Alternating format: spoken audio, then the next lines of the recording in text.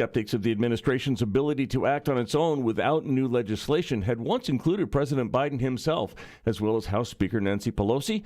But in a legal opinion released Wednesday, the Justice Department said that the HEROES Act of 2003 gives the administration sweeping authority to reduce or eliminate student debt during a national emergency. That national emergency is the COVID pandemic. Under other circumstances, that has been declared over by the same Biden administration. Homeland Security Secretary Alejandro Mayorkas visited the Texas Border Patrol today as they continue to struggle with the ongoing flow of migrants into the country. Fox's Casey Stiegel reports from Eagle Pass, Texas. After landing in Del Rio, he traveled to Eagle Pass, where the secretary visited a Border Patrol processing facility, which opened last month. The 153,000 square foot facility sits on 24 acres and has a capacity of 1,000. Then Mayorkas traveled to a park in Eagle Pass that sits right on the Rio Grande River, and he met with boots on the ground. This is something that he has done with all now 10 trips since this crisis began, yet still no signs of the surge ending or even slowing. 2 Florida residents have pleaded guilty in a scheme to peddle a diary and other items belonging to President Joe Biden's daughter to the conservative group Project Veritas. The U.S. Attorney's Office in Manhattan said Thursday that Amy Harris and Robert Kurlander pleaded guilty to conspiracy to commit interstate transport of stolen property. Harris's lawyer says she has accepted responsibility. Kurlander's lawyer declined to comment. Abortion trigger laws go into place in several states. AFN's Charlie Butts has details. When the U.S. Supreme Court dumped the prior decision legalizing abortion in all 50 states, authority to legislate abortion returned to the states. Kylene Wright of the Texans for Life Coalition tells AFN abortion is heavily restricted by existing laws in the state. Well, we have, of course, the Heartbeat Act prohibiting abortion after a heartbeat can be detected, and we have civil enforcement of that measure. Texas is one of 3 states with trigger laws that are now in effect. The laws call for the almost total ban on abortions to go into effect within 30 days of the U.S. Supreme Court publication of its reversal of the Roe decision. And it provides a fine of $100,000 to the abortion doctor, mandatory license revocation, and criminal prosecution as well. Idaho and Tennessee also have trigger laws now law, and 10 other states passed trigger laws that were already in effect. I'm Charlie Butts. The Fed is meeting in Jackson Hole, Wyoming. Investors waiting for Fed Chair Jerome Powell's speech tomorrow in interest rates futures. Meanwhile, a report out today finds the U.S. GDP contracted by 0.6% in Q2, confirming the Biden recession. Investors didn't seem to care that much. The Dow gained 323 points. The Nasdaq put up 208, and the S&P 500 gave investors 58 1/3 points. Find more news and information at afn.net. For American Family News, I'm Steve Jordahl. The loss of a child through an abortion affects the emotional health of families.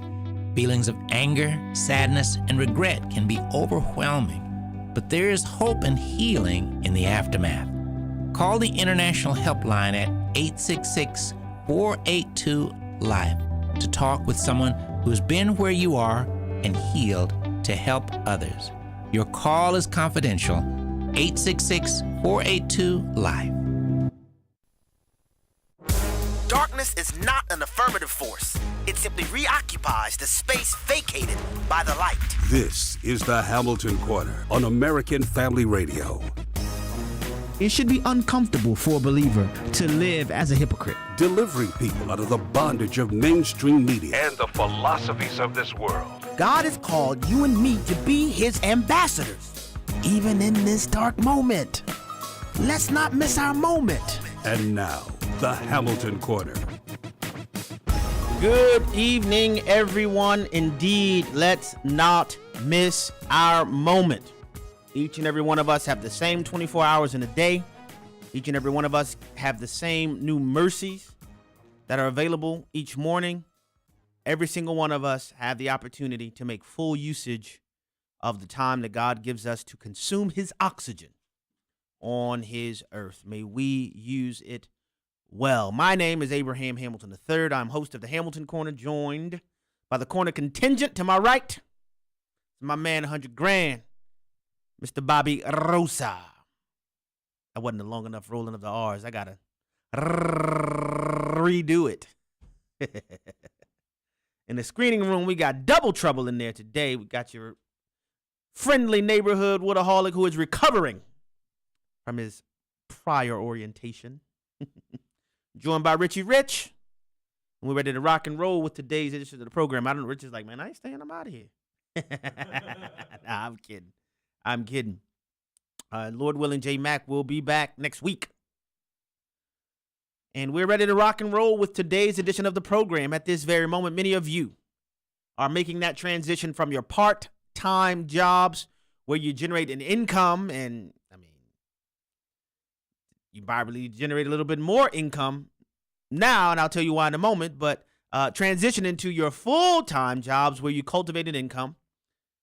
And as you do so, I want to encourage you to do so with full intentionality, understanding that what goes in your house is far more important than what goes on in the White House. And my reference to the need for you and me to maybe generate a little bit more income, because I do want to make sure everybody understands.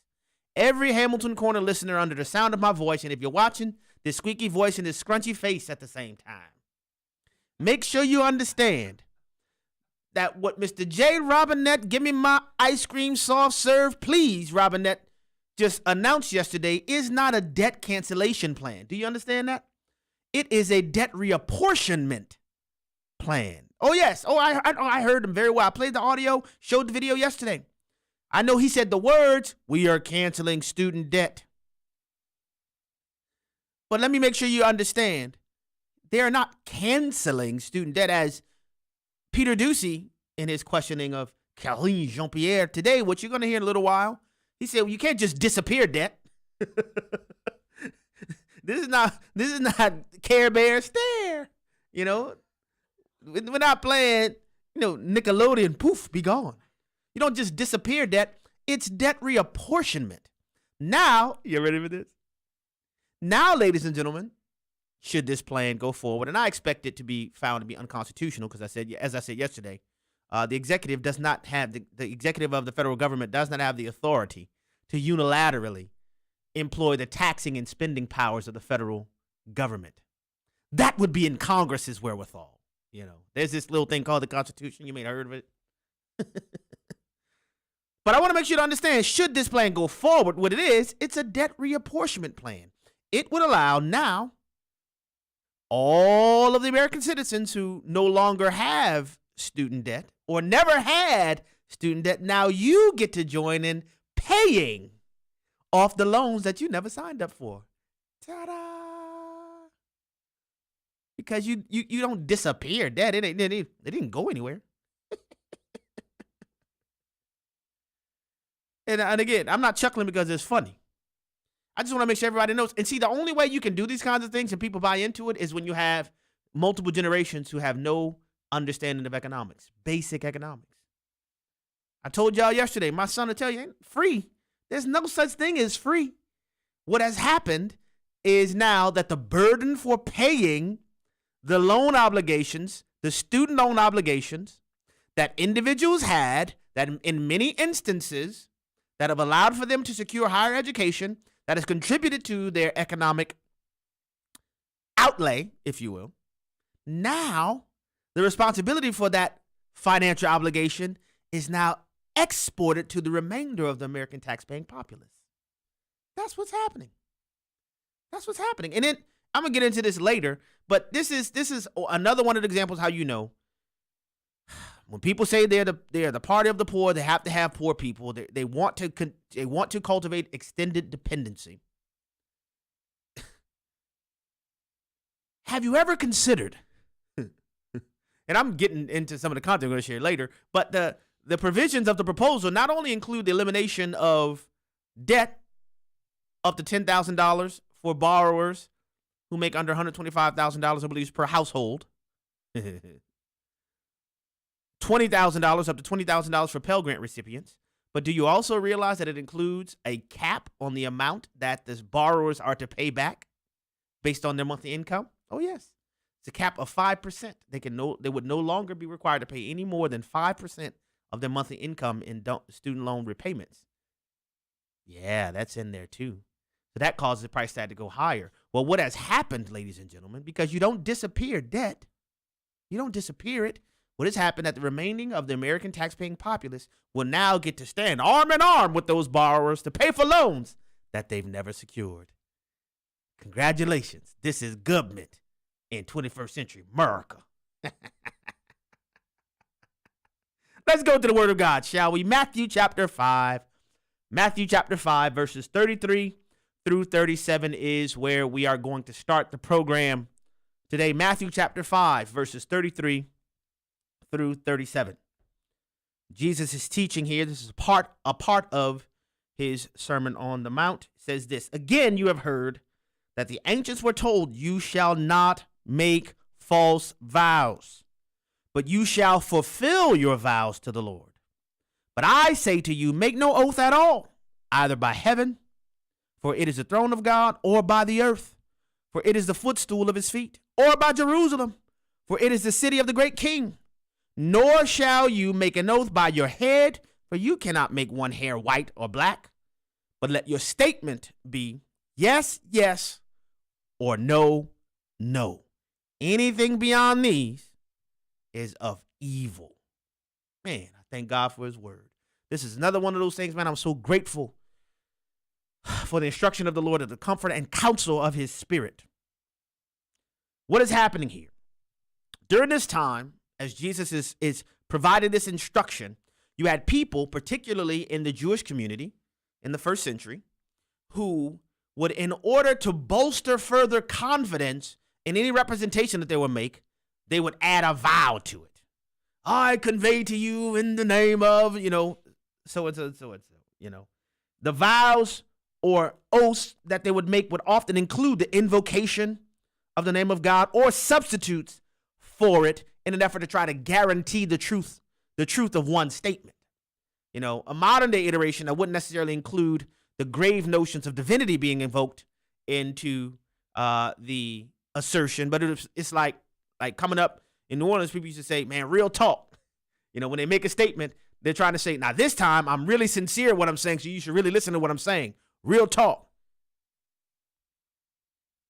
Or they'll say, growing up in New Orleans, used to say sometimes on the strength. For real. The thing that Jesus is teaching here is that Christ followers of the way of the Messiah, our character should be of such quality and we should be of such integrity that our words will be received without any additional oath or affirmation statement. Our character should be the guarantor for our statements. Our integrity should be the guarantor for our statements. We should not have to persuade people to take us more seriously in this moment because we live lives to such a degree that when we speak, people know we're telling the truth.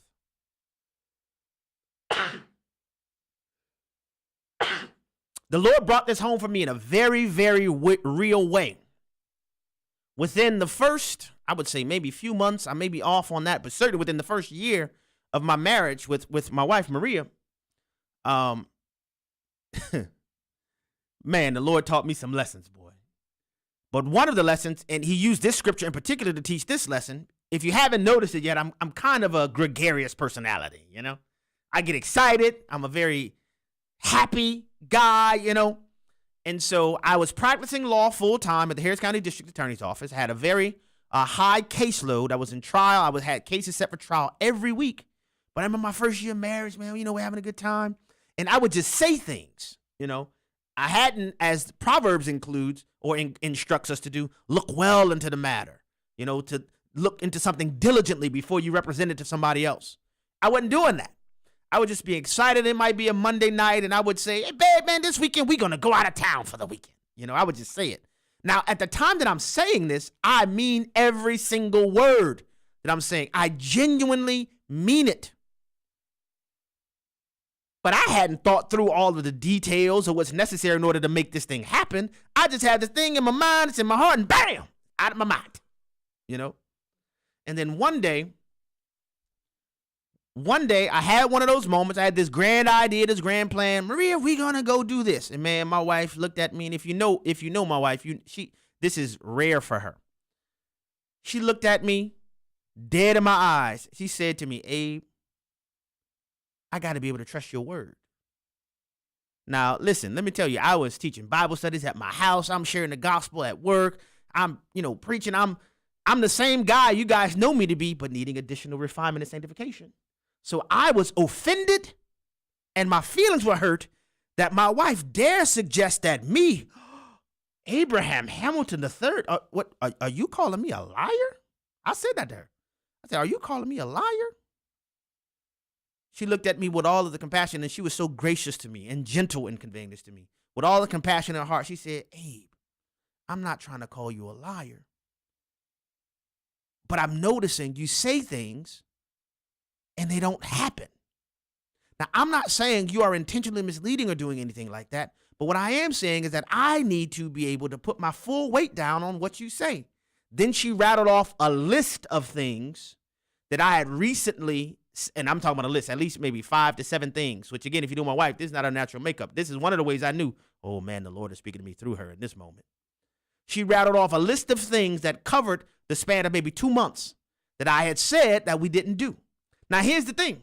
Legitimate things came up that intervened between my proclamation of what we're going to do and us actually being able to execute them. For example, I make the statement on Monday. I learn on Wednesday that, I'm expected to try a homicide case next Monday. Well, guess what happens to that weekend?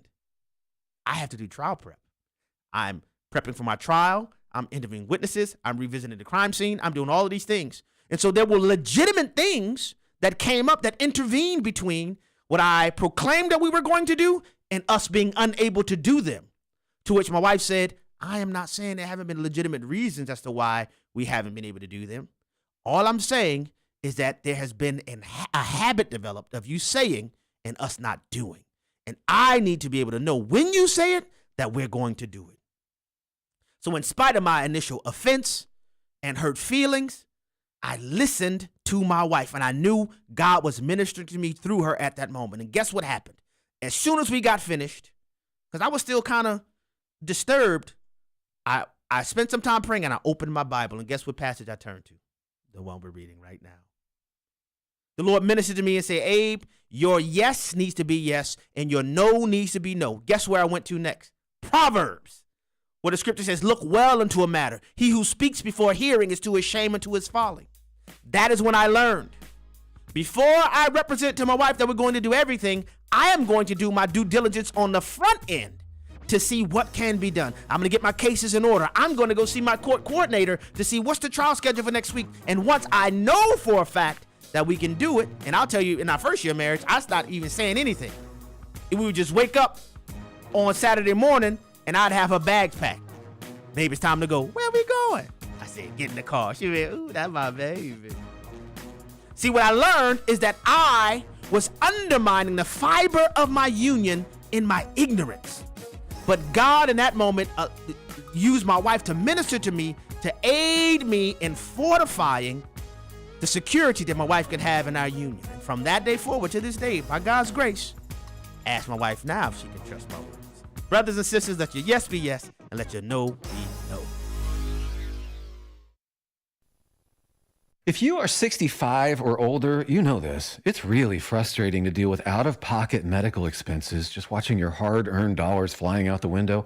Well, here's something that can really help, and it's worth taking a minute to look into. MediShare is a new option. It's called MediShare 65 Plus. And MediShare is a community of Christians who share each other's healthcare bills. It really is a community, too. People encourage and pray for each other. MediShare 65 Plus is a low-cost option for those with Medicare Parts A and B, and it fills in the gaps where Medicare stops. It's a great way to fight inflation, too. You can lock in one low monthly price for up to 10 years, and you can use your Medicare-approved doctor, and you also get telehealth 24/7 service, so you don't have to leave your home for the little stuff. Very worth looking into, and it's so easy to. Find out why people rave about the customer service at MediShare. They're easy to talk to. Call 833-45-BIBLE. That's 833-45-BIBLE. 833-45-BIBLE. I'm Peter Rosenberger, and this is your Caregiver Minute. Caregivers often lose their own identity, which has disastrous effects. How can we care for someone else when we lose ourselves? Ask a caregiver, how are you doing? And you'll often hear replies such as, we're doing okay, or she had a bad night, or he just got home from the hospital. Caregivers often struggle to speak in first-person singular. But it's critical for us to learn to express, I'm tired, I'm lonely, I'm scared, or I'm angry. And then we can seek the help we desperately need. We can reclaim healthy identities by cultivating trusted and appropriate relationships. In those relationships, caregivers can safely express feelings and challenges with someone who understands their needs. Doctors, counselors, pastors, support groups can all help us regain our identity so that we, as whole persons, can better care for our loved ones. This has been your Caregiver Minute with Peter Rosenberger, brought to you by Standing with Hope, a ministry for the wounded and those who care for them. There's more information at standingwithhope.com. In this time, we celebrate that Roe v. Wade has been overturned with great joy. Roe v. Wade has been responsible for the slaughter of over 63 million babies. Now, the decision to abort a child will be left in the hands of the states, and sadly, abortion will continue in the most liberal states. Over the past 16 years, Preborn has positioned their clinics in the top abortion cities where 50% of abortions take place. Preborn's work of saving babies' lives will continue at an even greater level as they fight Planned Parenthood and now defend their centers from the radical hate groups who want nothing more than to shut them down. Preborn's response is entirely dependent on you, the pro-life community. Would you consider a tax-deductible gift of any size? Your gift will save babies' lives and help keep Preborn centers safe so they continue their life-saving work. To donate, dial pound 250 and say the keyword baby. That's pound 250 baby, or go to preborn.com.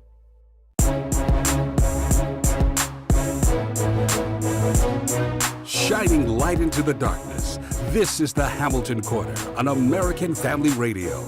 Welcome back to the Hamilton Corner. Abraham Hamilton III here. Guys, what I just shared with you is a true story. I'm telling you, it began after the Lord convicted me through that encounter with my wife.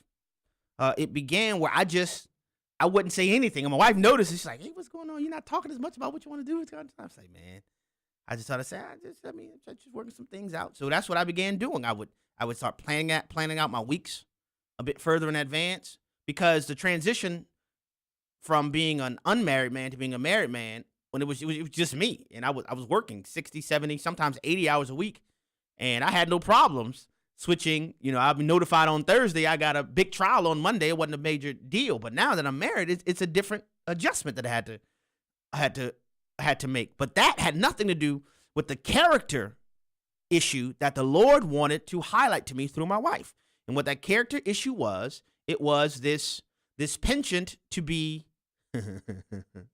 again, gregarious in intention, but not marrying or pairing that gregarious intention with the actual diligence to prepare for and to provide for a family. At that time, which is me and my wife, to be able to execute the very thing that I have at the idea stage.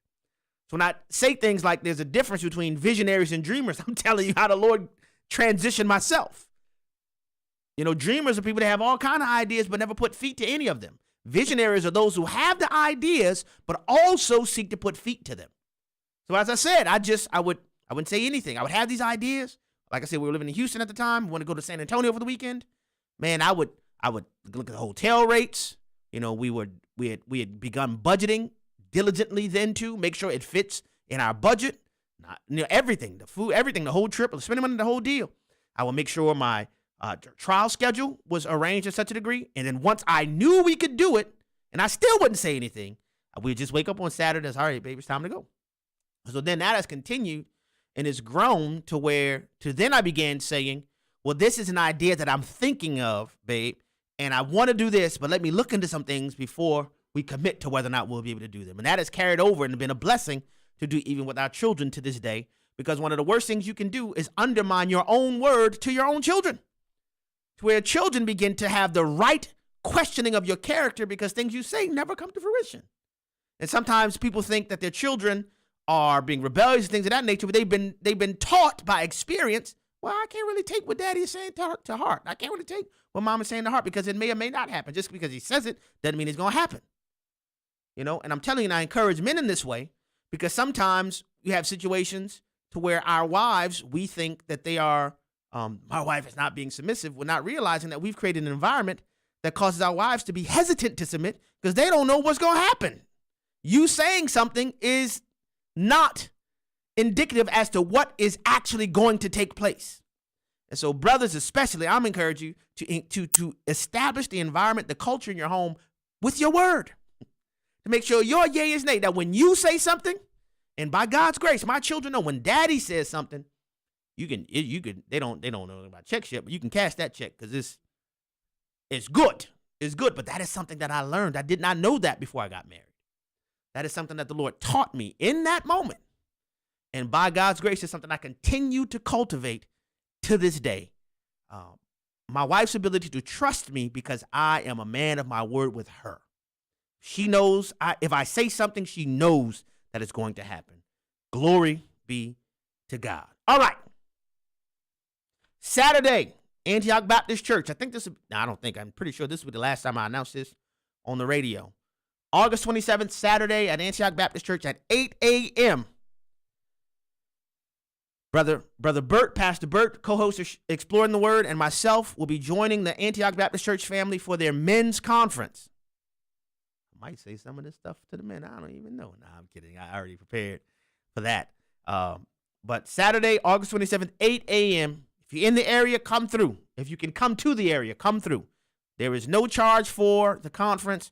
The church just wants to be a blessing to their immediate body, the men in their local fellowship, including their young men. Boys are welcome, by the way, as well as those whom the Lord would draw. You are welcome too. All right.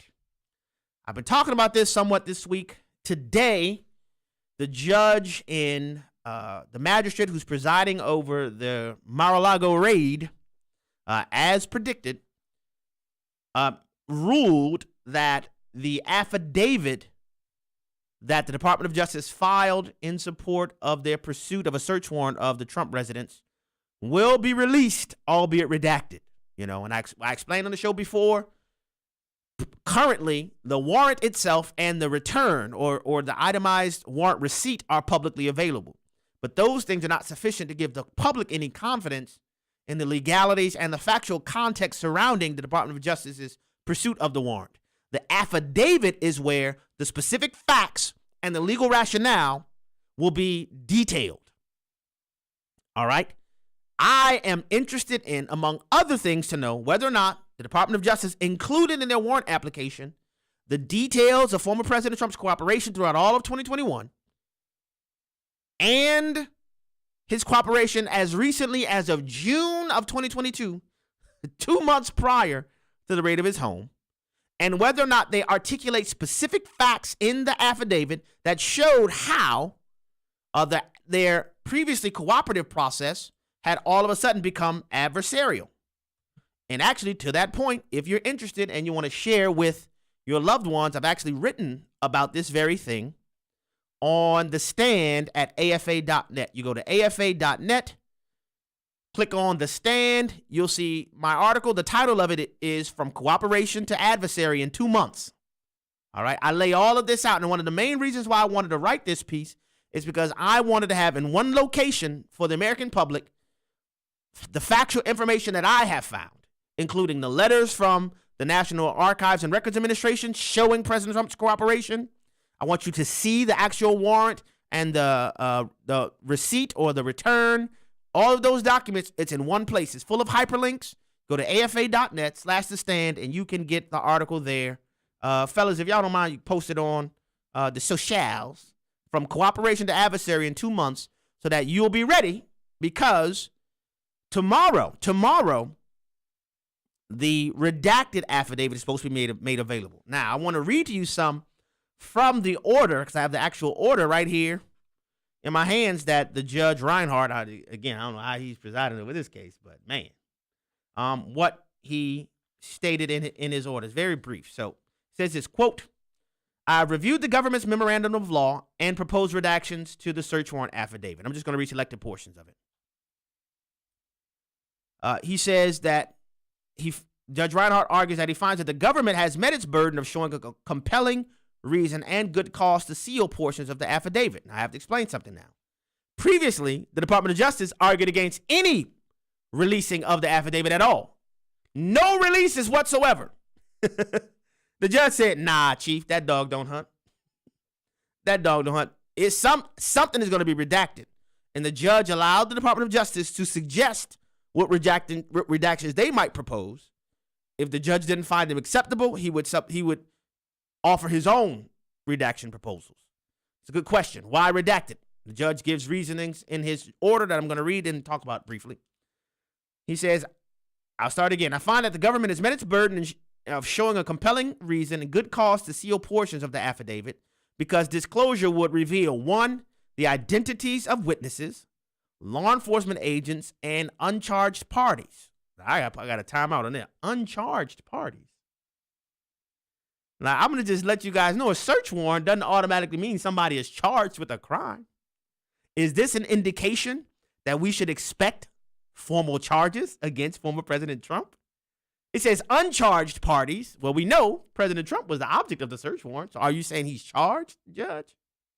That's something that I noticed that we'll keep our eyes on. But in articulating the reasons for allowing a redacted affidavit to be released publicly, Judge Reinhart continues. Number 2, the investigation strategy, direction, scope, sources, and methods. And 3, grand jury information protected by Federal Rule of Criminal Procedure 6E.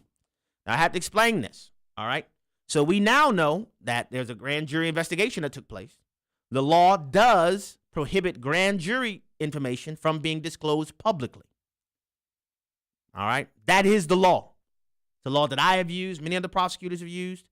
That is true. So those portions, which is why I said, even if some things need to be redacted, surely there's enough that can be shared with the American public that would allow confidence in the operation. All right? The judge goes on. Based on my independent review of the affidavit, I further find that the government has met its burden of showing that its proposed redactions are narrowly tailored to serve the government's legitimate interest in the integrity of the ongoing investigation and are the least onerous alternative to sealing the entire affidavit. He then concludes, on or before Eastern Time on Friday, August 26th, that's tomorrow, the government shall file in the public docket a version of the affidavit containing the redactions proposed.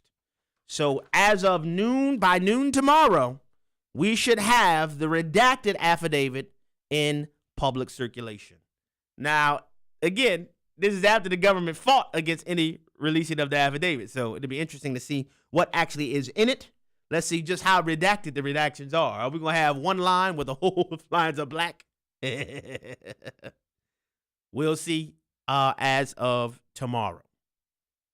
All right. Now, I started the show out describing this, and I want to make sure that everybody understands this very, very, very well. This old debt cancellation scheme is not debt cancellation at all. It is more properly understood as debt reapportionment. So you weren't doing anything. You were minding your business yesterday, and Mr. Robinette got on TV, started talking about this debt cancellation, and boom, just like that. Oh, so now the taxpayers have more responsibility because make no mistake about it, debt has not been canceled. It has been exported to allow all American taxpayers, as recently as of 2021, I think it was 158 million American taxpayers, to carry the burden to repay the loans that some Americans incurred.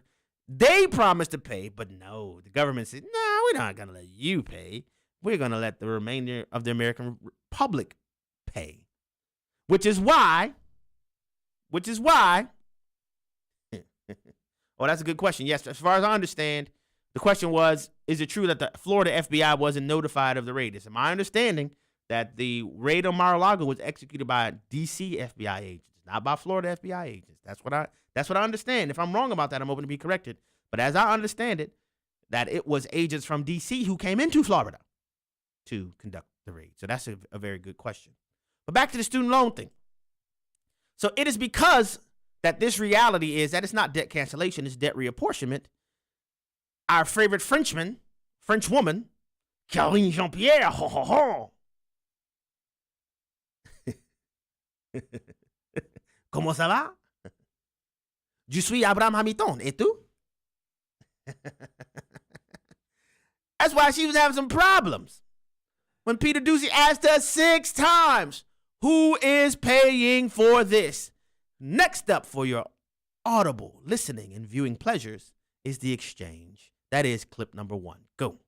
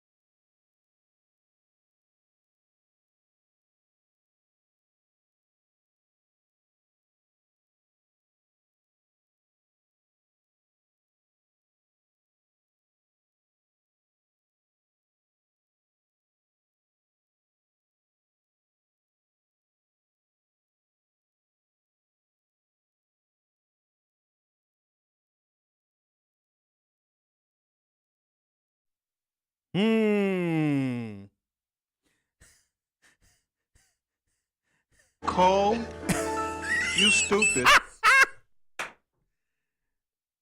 Mr. Bobby Rosa happened to point out that it seems that Karine Jean-Pierre and Kamala Harris seem to have gone to the same school of elocution. Who's going to pay for it? Well, I'm telling you, we're doing this in a smart way. Who's going to pay for it? Well, I'm just telling you that we have this. Who's going to pay for it? I want to let you. Who's going to pay for it? We should turn that to a song. Who's going to pay for it? I need a choir. Who's going to pay for it? Who's going to pay for it? Who's going to pay for it? I need you to answer my questions, Kelly Jean-Pierre. Who's going to pay for it? The woman would not answer the question. You want to know why? You want to know why? You want to know why? Because she knows the answer and she doesn't want to say it out loud. She don't want to say, oh, all of you and all of us are going to pay for it. It's not debt cancellation. It's debt reassignment. Now I want to remind you of something. That's why you can't have short-term memory recency bias. Remember one of the features of the so-called and misnamed Inflation Reduction Act? Remember one of the things that was in it that they spent over multiple billions of dollars to do? What was it again? Yeah, hiring 87,000 new IRS agents. You remember that? Now you have a better idea why they want to have 87,000 new IRS agents who, by the way, are trained in the use of firearms, who are being required to be ready to use deadly force if necessary. Because they know the people that are going to pay for it are the American taxpayers. It's no debt cancellation. It's debt reapportionment, reassignment.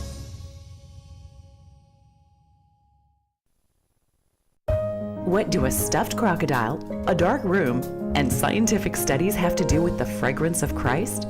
Find out when you read Rebecca Davis's blog, The Scent of the Savior. It's just one of dozens of inspiring articles that await you at afa.net/thestand.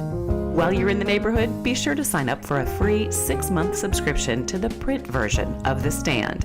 Visit afa.net/thestand. Hey moms and dads, are you at your wits' end? Hi, this is Mark Gregston with Parenting Today's Teens. I'm so grateful for the partnership we have with American Family Radio. We share a common goal to bring hope to hurting families through the life-changing medium of radio. Be sure to listen Saturday afternoons at 4:30 Central on American Family Radio. Find help and hope for your family with Parenting Today's Teens.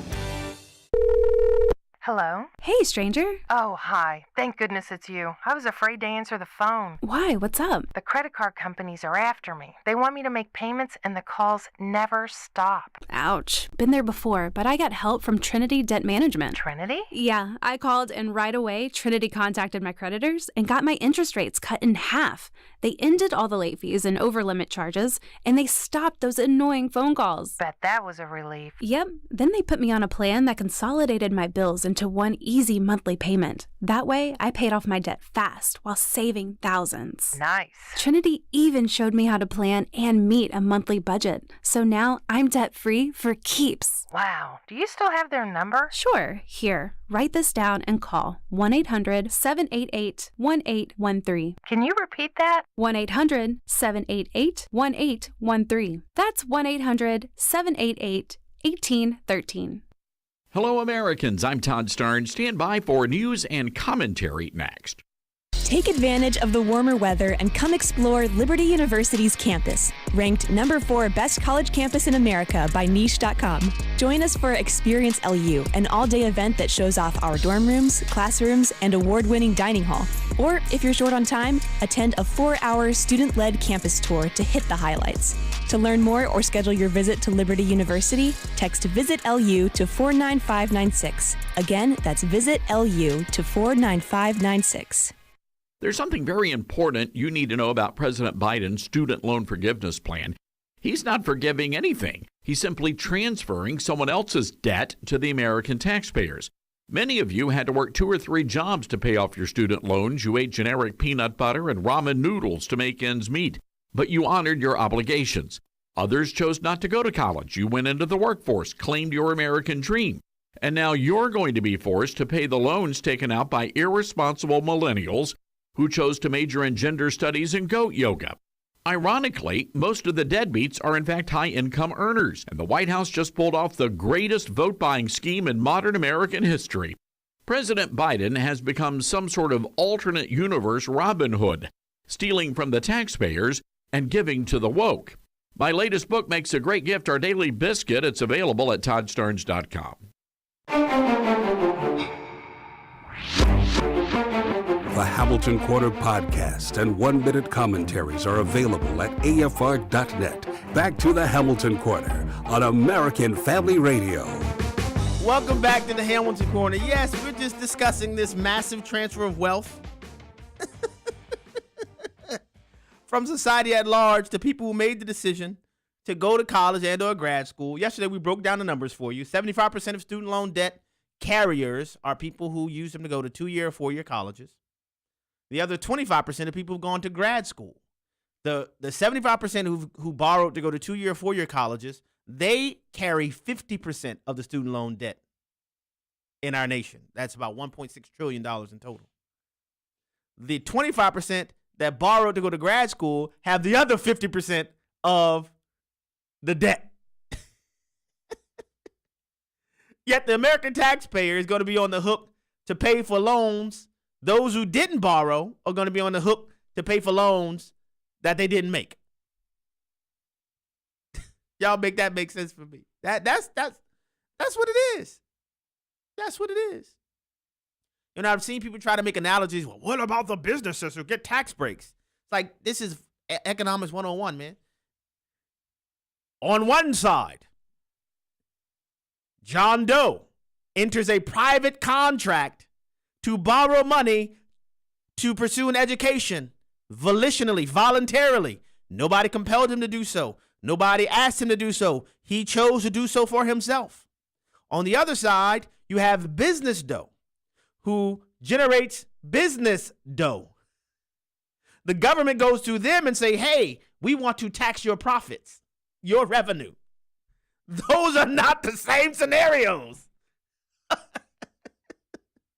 I understand the desire to want to help people who are in difficult circumstances, those who are in dire straits, people who are not the big man.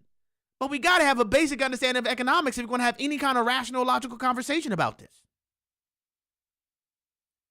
On what planet is it right to make Bobby pay for a loan that I secure? Hey, Bobby, since you paying for my student loans, like I got a mortgage. You wanna run me some coin for that? How about we let the people have their student loan debt canceled? Why don't they pay portion of their canceled debt on other people's mortgages? How far are we gonna go with this? Now, how far are we gonna go with this? What about people that still have car notes? Which by God's grace, we try to avoid like the plague, paying interest on the depreciating asset. No, sir. No, thank you. But how about we get some of that? And guys, here's the thing that people have to understand. Do you realize the government doesn't have any money on its own?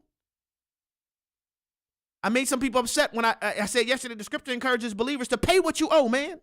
Similar to what I'm saying before, let your yes be yes and your no be no. Psalm 37:21. The wicked borrows and does not repay. Some people say, well, hey, you calling me wicked? No, I'm not calling you wicked, but I'm highlighting the wickedness of you securing debt but wanting everybody else to pay for it. In this instance, the injustice is this. The government doesn't have any assets of its own. Whatever the government has, it has conscripted by force from your neighbors and from you. So those who are looking at this selfishly, but hey, you don't know, nobody knows the trouble I feel. Nobody knows because I'm in debt to my ears. Nobody made you get in debt, man. I'm not saying there's no compassion for your condition, but that's not somebody else's responsibility to do so by force of government. And here's the thing. Again, like Peter Ducey said, you don't just disappear to debt. Debt canceled. Gone. Well, where'd it go?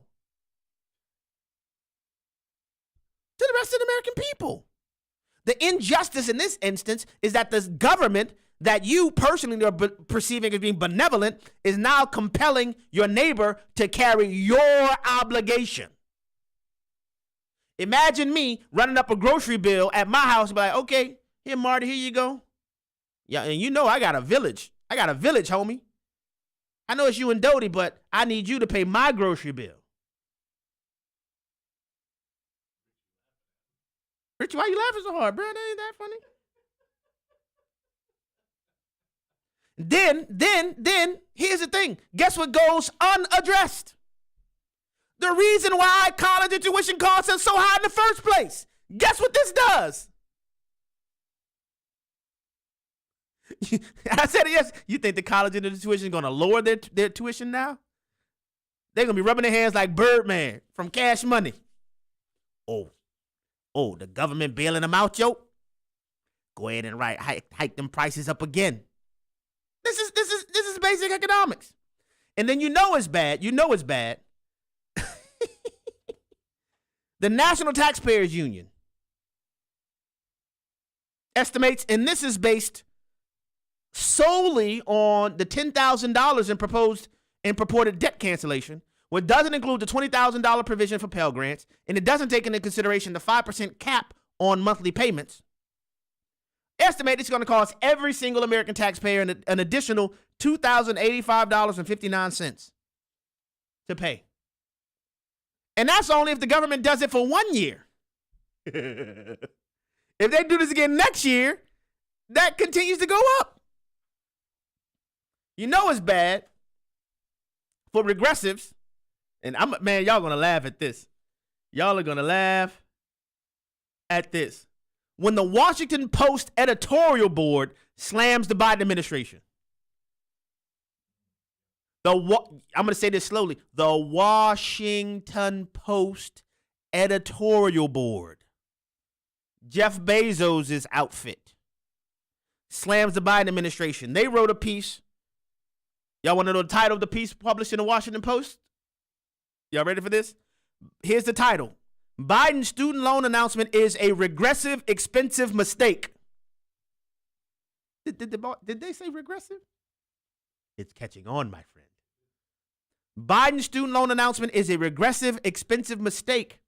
And here's the thing. They're talking about cancellation with no consideration as to what people actually need. This is one of the greatest problems with government. What if you have people who have this debt, they actually don't need help paying it off? But they're going to have the cancellation too. What about It's crazy, man. It's crazy. There's more. You have former economic advisor to to former President Barack Obama, Jason Furman. He said, quote, pouring roughly $500 billion of gasoline on the inflationary fire that is already burning is reckless. Folks, these are people who cannot be described as conservatives who are saying, Bobby, I need you to cue it up again. You have people who are not conservatives who they're saying, Cole. Cole, you stupid. Larry Summers, former economic advisor to Biden, to the Clintons and the Obamas. He said the Biden administration would make the current inflation crisis worse with the student debt forgiveness initiative.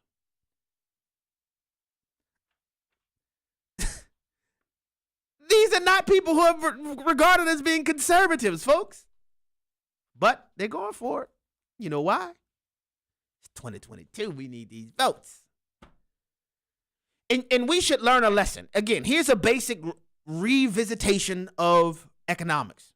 Remember how excited people were to get those COVID stimulus checks? Once again, not even considering what people needed. I said on this program, even when President Trump did it, I said it was a bad idea. We should have used the existing apparatus for unemployment payments to allow people who needed the money to get it, because you had lots of people who didn't need any money getting money.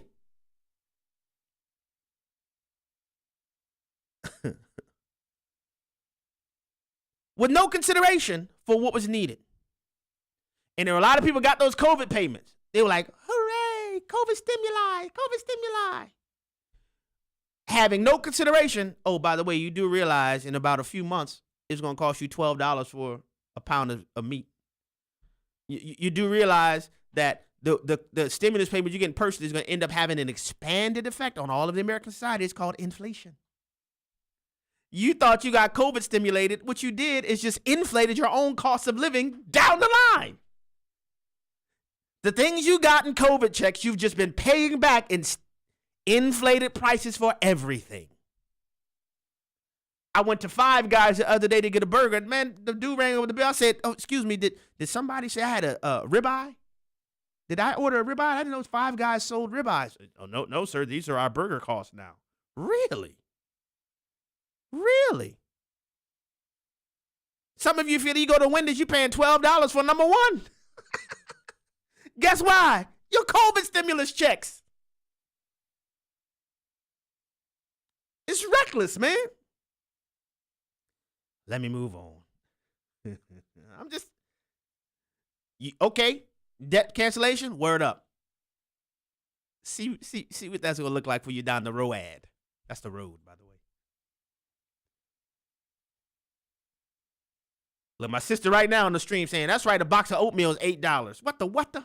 $8 for a box of oatmeal. Inflation. Now I'm going to move over to my file. They keep telling me that this, questions about the election is narrow, right? Here we go. Headline. Tray of mail-in ballots from 2020 election suddenly discovered at a post office in Baltimore. Say what? The United States Postal Service has confirmed this week that it discovered a tray of mail-in ballots at the post office. What you say? Yeah, mail-in ballots for the 2020 election. They were discovered in August of 2022. Yeah. I wish y'all could have heard Bobby's laugh. He went, I'm telling you, look, go ahead and look it up. Mail-in ballots from the 2020 election discovered at the U.S. Post Office in Baltimore. One man, Nick Frazone, who is a resident of Baltimore, he told the local news outlet that he knew his ballot had gone missing back in September of 2020. So he had to call the Board of Elections so he can go in person to get a replacement. Yeah, but he was narrowly tailored. I mean, election is narrow. It's narrow. How do you explain a ballot I won't say the wrong word. Is it a pallet? No, a tray of mail-in ballots just all of a sudden appearing in a Baltimore post office. I end with this is some good news. Tennessee, along with, I think the total is now 13 states with trigger laws, have, in light of the Dobbs case that overturned Roe versus Wade, Tennessee is now joined 12 additional states whose trigger laws ban nearly all abortions in the states. And according to additional legislation that is in the hopper, that number could burgeon up to about 26 states within the next few months who have banned nearly all intentional in utero baby murder in our nation. Praise be to God. And I'm sharing this with you guys as a bit of good news to end the show, but more importantly than the specifics of that, I want to remind you that this issue alone is one of the ones that shows you that God is still in control. When people, and I've told you guys this before, there are many people who have been on the front lines fighting for the Imago Dei to be respected and the most vulnerable among us in our nation, who never fathomed that they would actually live in a time. Many of them thought maybe Roe would be overturned after they've passed. Many of them are just astounded at the reality that God, by his sovereign grace, allowed them to see Roe being overturned, something they had fought for years. I want to encourage you to take that among a host of other things. You got all kinds of things happening in your personal life. There are hosts of other things that are happening that remind you, and that should remind you, and that remind me that, man, God is still in control. Make sure your confidence, your hope, your faith is placed firmly. It's fixed firmly in the God of heaven and earth.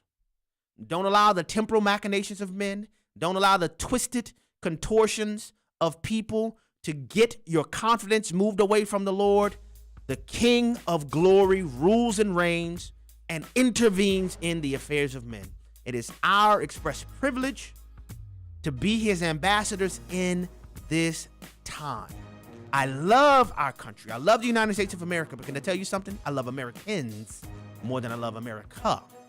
And my hope and my prayer is that while the Lord is still giving us breath in our lungs, that we may be found faithful, executing his commission, being engaged passionately and committedly in the propagation of his gospel and making disciples, and that we use everything at our disposal to execute his commission. Use our occupations, our vocations, our entrepreneurial investments, our resources, everything at our disposal, starting in our own homes, to make sure the glory of God is exalted, the banner of Christ is exalted, his name has been made known, and the gospel is being proclaimed, and disciples being made. God bless you. The views and opinions expressed in this broadcast may not necessarily reflect those of the American Family Association or American Family Radio. Faith, family, freedom. American Family Radio. Share truth, apply scripture. The story of